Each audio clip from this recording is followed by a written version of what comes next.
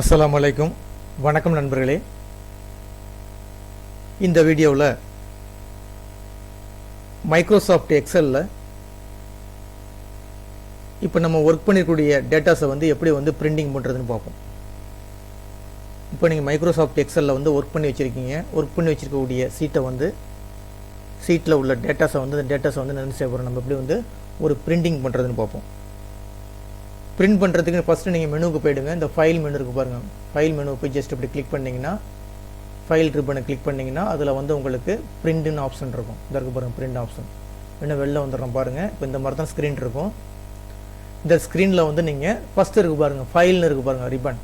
இந்த ஃபைல் ரிப்பனை போய் நீங்கள் இப்படி ஜஸ்ட் கிளிக் பண்ணிங்கன்னா அதில் உங்களுக்கு பிரிண்ட்னு ஆப்ஷன் இருக்கும். இதற்கு பாருங்கள், பிரிண்ட் ஆப்ஷன்.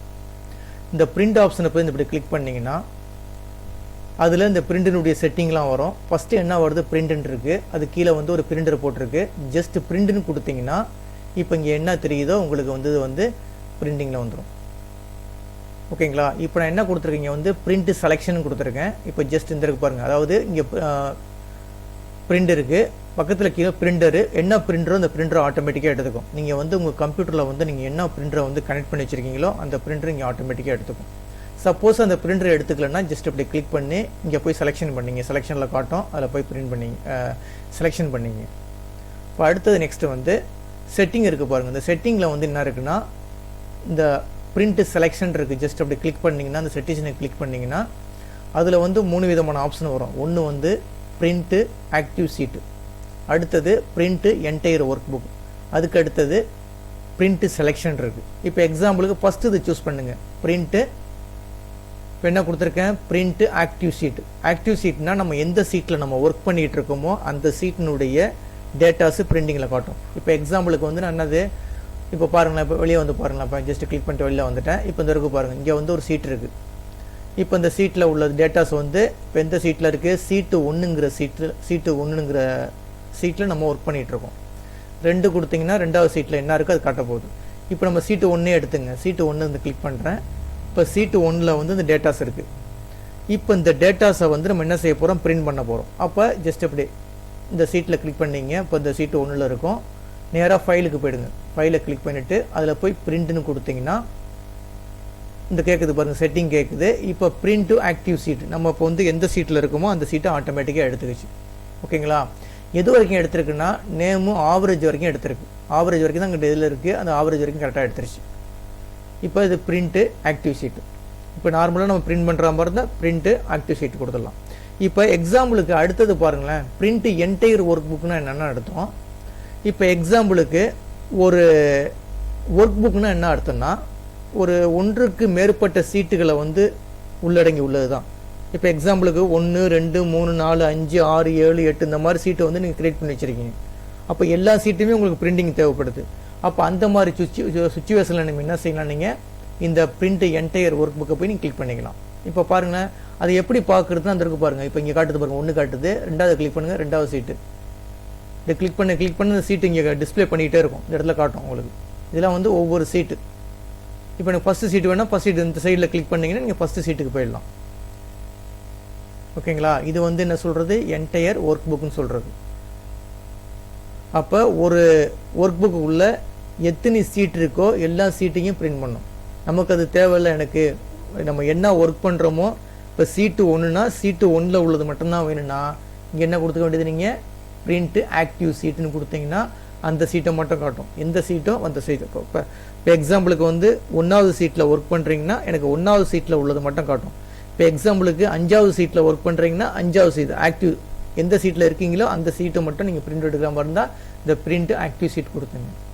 ஓகேங்களா? அடுத்தது பிரிண்ட் என்டையர் ஒர்க் புக்னா ஒரு ஒர்க் புக்குள்ளே, அதாவது ஒரு ஒர்க் புக்னா என்னென்னா பல சீட்டு சேர்ந்தது தான் ஒரு ஒர்க் புக்னு சொல்கிறது. அப்போ இப்போ எக்ஸாம்பிளுக்கு ஒரு 5 சீட்டை ஒர்க் பண்ணியிருக்கீங்க. 5 சீட்டில் உள்ள டேட்டாஸை எனக்கு பிரிண்டிங் வேணும்னா நீங்கள் ஒர்க் புக்கை போய் சூஸ் பண்ணிக்கலாம்.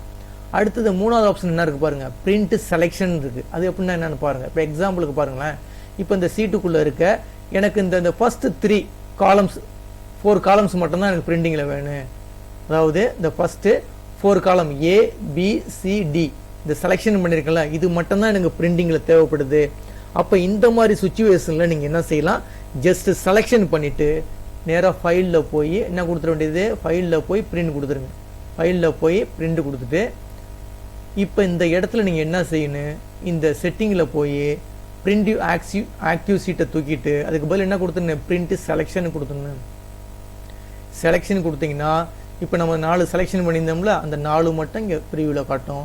ஜஸ்ட் பிரிண்டிங் கொடுத்துட்டிங்கன்னா இந்த 4 காலம் மட்டும் பிரிண்டிங்கில் வரும். ஓகேங்களா? இப்போ பிரிண்ட் எப்படி வந்து செலெக்ஷன் பண்ணணும் உங்களுக்கு தெரியும். உங்களுக்கு பிரிண்ட் செலெக்ஷன் பண்ணிக்கலாம். அப்படி இல்லைன்னா ஆக்டிவ் சீட்டு கொடுத்துக்கலாம். அப்படி இல்லைன்னா என்ன செஞ்சுக்கலாம், பிரிண்ட் என்டையர் ஒர்க் புக்கு கொடுத்துக்கலாம். ஓகேங்களா? இதை ஒர்க் அவுட் பண்ணி பார்த்துங்க. அதுக்கு அடுத்தது என்னென்னா இங்கே பாருங்கள், இந்த அடுத்தது லேண்ட்ஸ்கேப் ஓரியன்டேஷன் இருக்குது. அதாவது நீங்கள் பிரிண்ட் பண்ணக்கூடியது எப்படி வேணும், ஒரு பேப்பர் எடுத்துங்க, A4 பேப்பர் எடுத்துங்க. A4 பேப்பரில் எனக்கு வெர்டிக்கல் டைப்பில் வேணுமா, வெர்டிக்கல் டைப்னா என்ன சொல்கிறது, போர்ட்ரைட்னு சொல்கிறது. வெர்டிக்கல் டைப்னா என்னென்னா போர்ட்ரைட். இந்த இதுதான் வந்து என்ன சொல்கிறது, போர்ட்ரைட்டுங்கிறது. இதுக்கு பேர் என்ன சொல்கிறது, வெர்டிக்கல் சொல்லுவாங்க. அதாவது வெர்டிக்கல் செங்குத்தாக உள்ளது. இதுக்கு பேர் என்ன சொல்கிறது, போர்ட்ரைட்மாங்க. அதே லேண்ட்ஸ்கேப்னா இங்கே போய் இது பண்ணிக்கலாம், போர்ட்ரைட் ஓரியன்டேஷனில் வேணுமா, அப்படி இல்லைன்னா லேண்ட்ஸ்கேப்னா வந்து கிடைமட்டமாக உள்ளது. அதாவது கிடைமட்டமாக உள்ளதுக்கு என்ன சொல்கிறது வந்து உங்களுக்கு வந்து லேண்ட்ஸ்கேப்னு சொல்கிறது. உங்களுக்கு பிரிண்டிங் வந்து A4 பேப்பரில் எப்படி வேணும், போர்ட்ரைட்டில் வேணுமா லேண்ட்ஸ்கேப்பில் வேணுமா. அதாவது போர்ட்ரைட் மீன்ஸு என்ன சொல்கிறது, செங்குத்தாக உள்ளது. ஓகேங்களா? லேண்ட்ஸ்கேப் சொல்லுது, சாரி, போர்ட்ரைட்டுக்கு வந்து என்ன சொல்கிறது, வெர்டிக்கல் சொல்கிறது. அதாவது வெர்டிக்கலாக உள்ளது. லேண்ட்ஸ்கேப் வந்து செங்குத்தாக உள்ளது. இந்த இது எப்படி வேணாலும் நம்ம யூஸ் பண்ணிக்கலாம். கிடைமட்டமாக சொல்லுவோம், அது மாதிரி எப்படி வேணாலும் யூஸ் பண்ணிக்கலாம். உங்களுக்கு எந்த மாடலில் வேணுமோ அந்த மாடல் கொடுத்து. இப்போ போர்ட்ரைட்னா போர்ட்ரைட் கொடுத்துங்க. எனக்கு போர்ட்ரைட் இந்த மாதிரி மாடலில் வேணும்னா இந்த மாடலில் கொடுத்துங்க. எனக்கு வந்து கிடைமட்டமாக வேணும், செங்குத்தாக வேணும்னா இந்த மாதிரி. லேண்ட்ஸ்கேப் வேணும்னா லேண்ட்ஸ்கேப் வேணும், இந்த மாதிரி கொடுத்துக்கலாம். ஓகேங்களா? அடுத்தது லெட்டர் சைஸ். எனக்கு லெட்டர் சைஸ் என்ன வேணும், இப்போ A4 சைஸ்னால் A4ல் கொடுத்துக்கலாம். இப்போ A4னா இந்த இருக்குது பாருங்கள், இந்த இருக்குது A4 சைஸு. எனக்கு இல்லை A3ல் பிரிண்டிங் பண்ணி வச்சுருக்கீங்க, ஒரு பெரிய லெவலில் ஒரு ஷீட் ஒர்க் பண்ணி வச்சுருக்கீங்க, எனக்கு A3 சைஸை வேணும்னா A3 சைஸ் கொடுத்துக்கலாம். ஓகேங்களா? A3 சைஸ் வேணால் A3 சைஸ் கொடுத்துக்கலாம். A4 வேணால் A4 கொடுத்துக்கலாம். லெட்டர் சைஸ்னு என்ன சொல்கிறது, ஃபுல் ஸ்கேப்னு சொல்லுவாங்க. அதாவது A4ஓட கொஞ்சம் பெருசாக இருக்கும், அதுக்கு வந்து லெட்டர் டைப் கொடுத்துக்கலாம். உங்களுக்கு எந்த சைஸ் வேணுமோ அந்த சைஸை கொடுத்துக்க வேண்டியது. அது வந்து இதில் இருக்குல்ல, லெட்டரில் இருக்குது, லெட்டர் சைஸில் இருக்குது. பேப்பருடைய சைஸ் எந்த மாதிரி சைஸில் வேணுமோ கொடுத்துக்க வேண்டியது. ஓகேங்களா? இப்போ எண்ணுளவு பிரிண்டிங் பண்ணுறீங்க, இப்போ எண்ணுளவு பண்ணால் எண்ணுளவு சர்வீஸ் கொடுத்துக்கலாம்.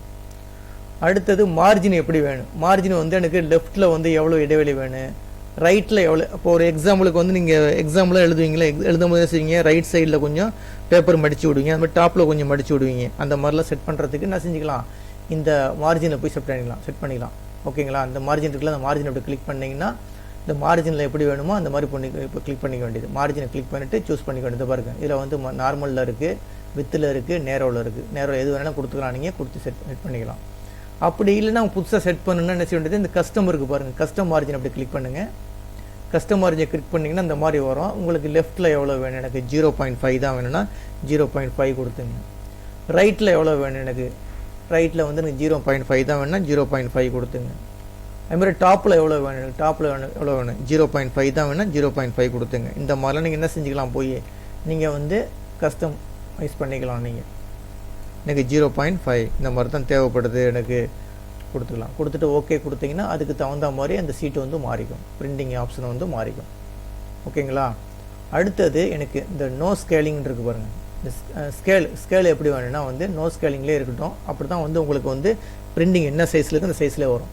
இப்போ எக்ஸாம்பிளுக்கு வந்து பிரிண்ட் நீங்கள் ஒரு ஒரு சீட்டு ஒன்று வந்து க்ரியேட் பண்ணியிருக்கீங்க, அது வந்து ஒரே ஒரு காலம் மட்டும் அந்த பிரிண்டிங்கில் வரமாட்டேங்குது. அப்படின்னா அந்த பேப்பர் சைஸ் வந்து சின்னதாக இருக்குது. அப்போ அந்த மாதிரி சுச்சுவேஷன் என்ன செய்யலாம், அந்த 2வது கொடுத்துக்கலாம்.